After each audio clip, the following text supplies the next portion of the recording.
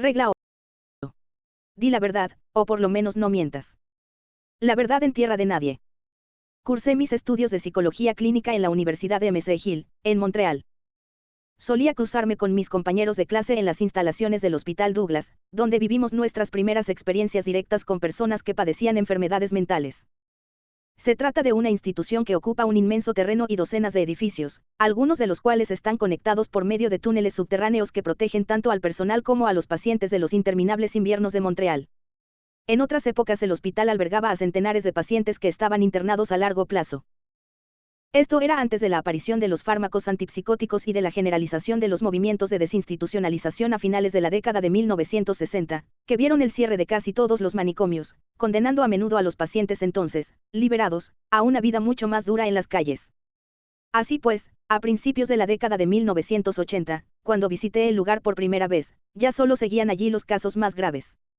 Eran personas extrañas y muy deterioradas que se apiñaban alrededor de las máquinas expendedoras desperdigadas por los túneles del hospital. Parecían sacados de una fotografía de Diane Arbus o de un cuadro del Bosco. Un día, mis compañeros y yo estábamos en fila esperando instrucciones del estricto psicólogo alemán que dirigía las prácticas clínicas. Una paciente interna, frágil y vulnerable, se acercó a una estudiante, una joven conservadora de buena familia. La paciente se dirigió a ella de forma amigable, infantil, y le preguntó: ¿por qué estáis todos aquí de pie? ¿Qué estáis haciendo? ¿Puedo quedarme con vosotros? Mi compañera se giró hacia mí y me preguntó insegura: ¿qué le digo? La había pillado por sorpresa, y a mí también, que alguien en una situación de aislamiento y deterioro semejante pidiera algo por el estilo. Ninguno de los dos quería decirle nada que pudiera percibirse como un rechazo o una reprimenda. Repentinamente nos habíamos adentrado en una especie de tierra de nadie, en la que la sociedad no proporcionaba ningún tipo de regla o directriz. Comenzábamos las prácticas y no estábamos en absoluto preparados para enfrentarnos en las dependencias de un psiquiátrico con una paciente esquizofrénica que nos hacía una pregunta ingenua y amistosa para tantear las posibilidades de verse incluida en un grupo. Tampoco se podía aplicar la dinámica conversacional natural entre personas que prestan atención a indicaciones contextuales.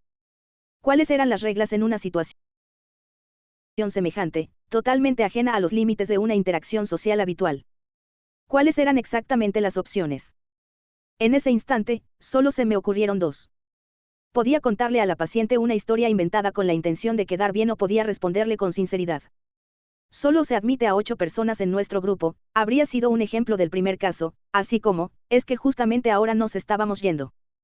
Ninguna de estas dos opciones habría herido ningún sentimiento, por lo menos a nivel superficial, ni mencionaba la diferencia de estatus que nos dividía.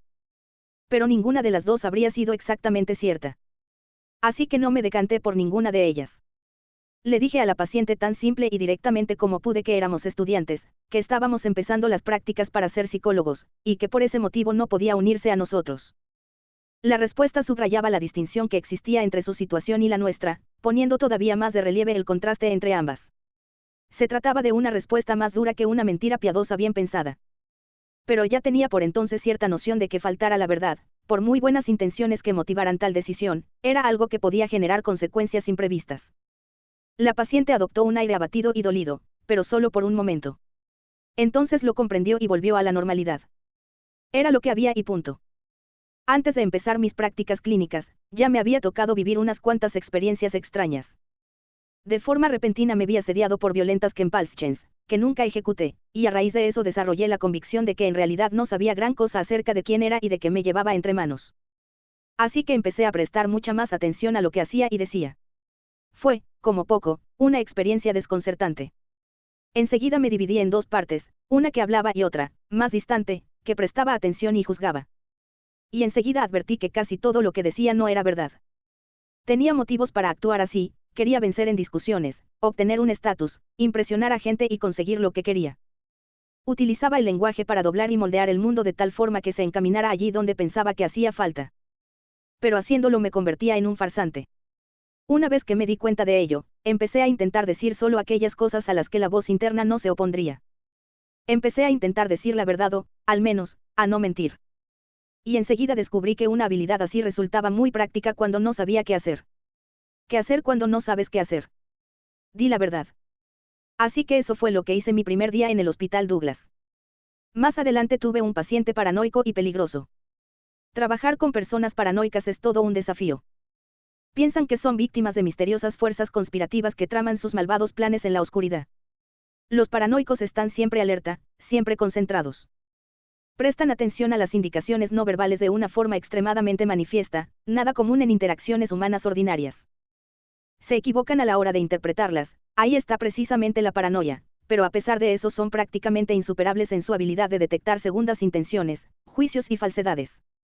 Tienes que escuchar con mucha atención y decir la verdad si quieres que una persona paranoica te confíe sus secretos. Escuché con mucha atención y le hablé con sinceridad a mi paciente.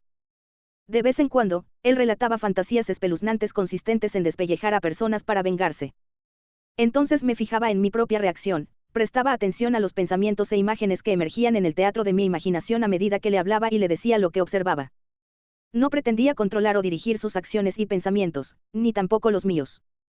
Tan solo intentaba transmitirle con la mayor transparencia de la que era capaz hasta qué punto lo que estaba haciendo afectaba de forma directa por lo menos a una persona, a mí. Mi cuidadosa atención y mis respuestas francas no significaban que permaneciera impasible, ni mucho menos que aprobase lo que me estaba diciendo.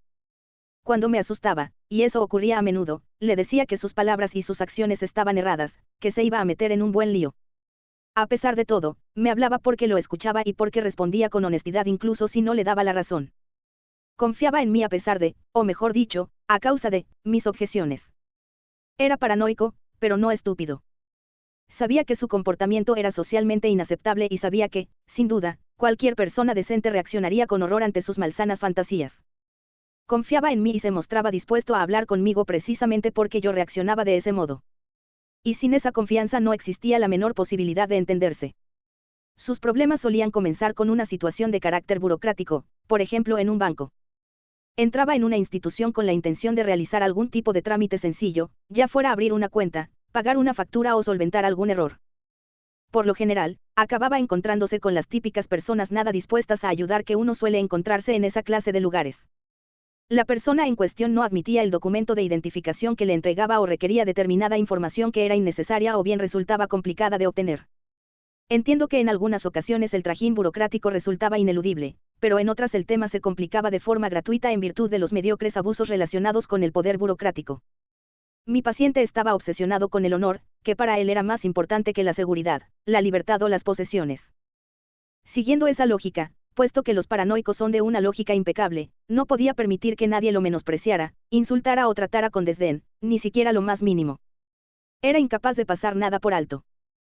A causa de su actitud rígida e inflexible, sus acciones le habían acarreado ya unas cuantas órdenes de alejamiento.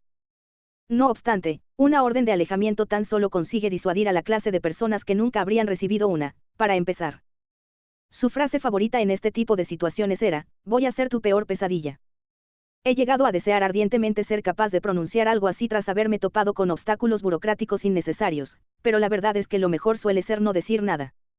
Pero es que mi paciente quería decir exactamente lo que estaba diciendo y en ocasiones acababa convirtiéndose realmente en la pesadilla de alguien. Era el malo de la película No es país para viejos. La persona con la que te cruzas en el lugar equivocado y en el momento equivocado. Si te interponías en su camino, aunque fuera de forma accidental, te acosaba, te recordaba lo que le habías hecho y te aterraba. No era la persona más adecuada a la que mentir, así que yo le decía la verdad y así estaba tranquilo. Mi propietario. Más o menos por entonces, mi casero era un hombre que anteriormente había encabezado una pandilla local de moteros. Mi mujer, Tammy, y yo vivíamos al lado de él en el pequeño edificio de apartamentos de sus padres. Su novia, que tenía marcas de autolesiones, típicas de personas con trastornos límites de la personalidad, se suicidó cuando vivíamos allí. Él se llamaba Dennis y era grande y fuerte, un franco-canadiense de barba gris que tenía mucha mano para todo lo relacionado con la electricidad. También tenía cierto talento artístico y se dedicaba a confeccionar carteles de madera laminada con luces de neón personalizados. Tras una etapa en la cárcel, hacía lo posible por mantenerse sobrio, pero una vez al mes, más o menos, desaparecía durante un par de días de juerga. Era uno de esos tipos con una capacidad milagrosa para el alcohol, podía beberse 50 o 60 cervezas en una borrachera sostenida de 2 días y conseguía mantenerse de pie durante todo el tiempo. Puede resultar difícil de creer, pero así era. Por entonces me dedicaba a investigar acerca del alcoholismo familiar y a menudo escuchaba a personas que me hablaban de padres que consumían más de 1 litro de vodka al día. Estos patriarcas solían comprarse una botella cada tarde de lunes a viernes, y 2 los sábados para adelantarse al cierre de las licorerías los domingos. Dennis tenía un perrito. A veces, Tammy y yo escuchábamos a Dennis y al perro aullar como locos en el jardín de atrás a las 4 de la mañana, durante uno de los maratones alcohólicos. En estas ocasiones, Dennis llegaba a beberse todo el dinero que tenía y después venía a nuestro apartamento. Escuchábamos que llamaban a la puerta y ahí estaba Dennis, tambaleándose pero erguido y milagrosamente consciente. En las manos llevaba la tostadora, el microondas o alguno de sus carteles, cualquier objeto que quisiera venderme para poder seguir bebiendo. Así le compré unas cuantas cosas, fingiendo benevolencia, pero Tammy acabó convenciéndome de que no podía seguir haciéndolo. Era algo que a ella le ponía nerviosa y que le hacía daño a Dennis, por quien sentía estima. Pero por muy razonable e incluso necesaria que resultara su petición, yo me seguía viendo en una situación complicada. ¿Qué le puedes decir a un antiguo líder motero de temperamento violento y en avanzado estado de embriaguez cuando te intenta vender su microondas con un inglés precario a las 2 de la mañana en la puerta de tu casa? Era una pregunta aún más difícil que la de la paciente interna o el paranoico con ganas de despellejar gente. Pero la respuesta era la misma, la verdad. Pero más te valía saber qué narices era la verdad. Poco después de haber hablado con mi mujer, Dennis volvió a llamar a nuestra puerta. Me lanzó una mirada directa y escéptica con los ojos entreabiertos, característica de alguien acostumbrado a beber mucho y que se ha metido en problemas unas cuantas veces. Una mirada así significa, demuestra que no has hecho nada. Oscilando ligeramente de un lado a otro, me preguntó de manera educada si estaba interesado en comprarle la tostadora. Me saqué de encima todas las motivaciones de dominación típicas de los primates y toda superioridad moral y le dije, de la forma más directa y cuidadosa que pude, que no. No estaba de broma. En ese momento no era un joven instruido, anglófono y privilegiado en plena ascensión social y él tampoco era un motero expresidiario de Quebec con un nivel de alcohol en sangre de más de 2.